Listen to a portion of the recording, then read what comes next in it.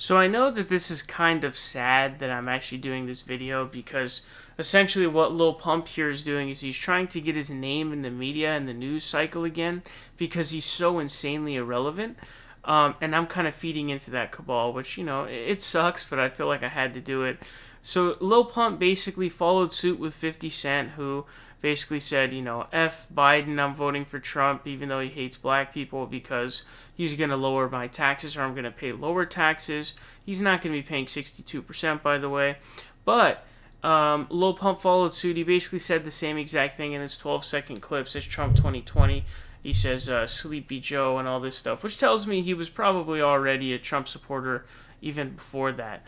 But here's an interesting thing. So this guy sent out a tweet saying even cough syrup sipping SoundCloud rappers like Lil Pump are waking up to the reality that Joe Biden is about to take their wallets.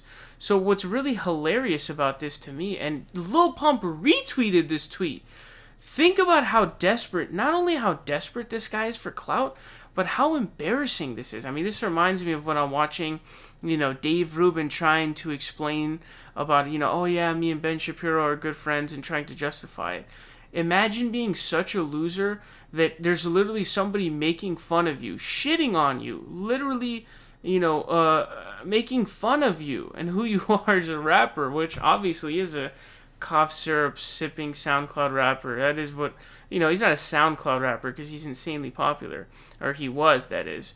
But he certainly is, probably one of the worst rappers we've heard in recent times.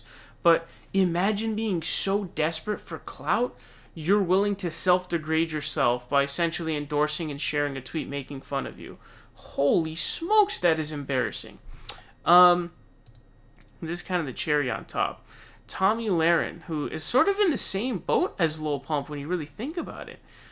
She sent out a tweet saying, "We welcome Lil Pump to the Trump train."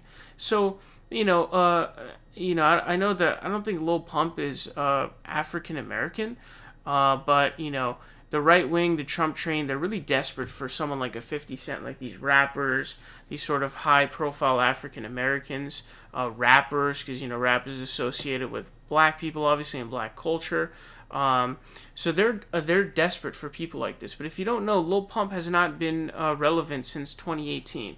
He had that Gucci Gang song, which is one of the worst songs created. It has over 1 billion views, which is pretty embarrassing. But he has not been relevant for a long time, and he's been trying these things for a while now, but they haven't caught steam. And so I guess this is his thing. Even this didn't catch all that much attention, to be honest with you. But what's really I find really hilarious about Tomi Lahren tweeting this out is they're honestly sort of like almost twins. They're almost like in the same boat with each other.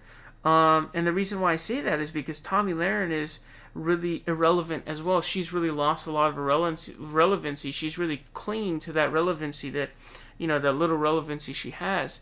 And Lil Pump is the same. And welcoming Lil Pump to the Trump train is so embarrassing. Imagine being so insanely desperate for clout.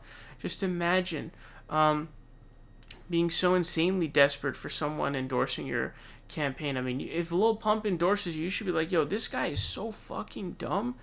I turn down his endorsement. I say, we don't want it. Get out of here. We don't want your endorsement, dude. Like, no. It's really embarrassing to see, but holy smokes, this is it's one of the funnier stories, I would say.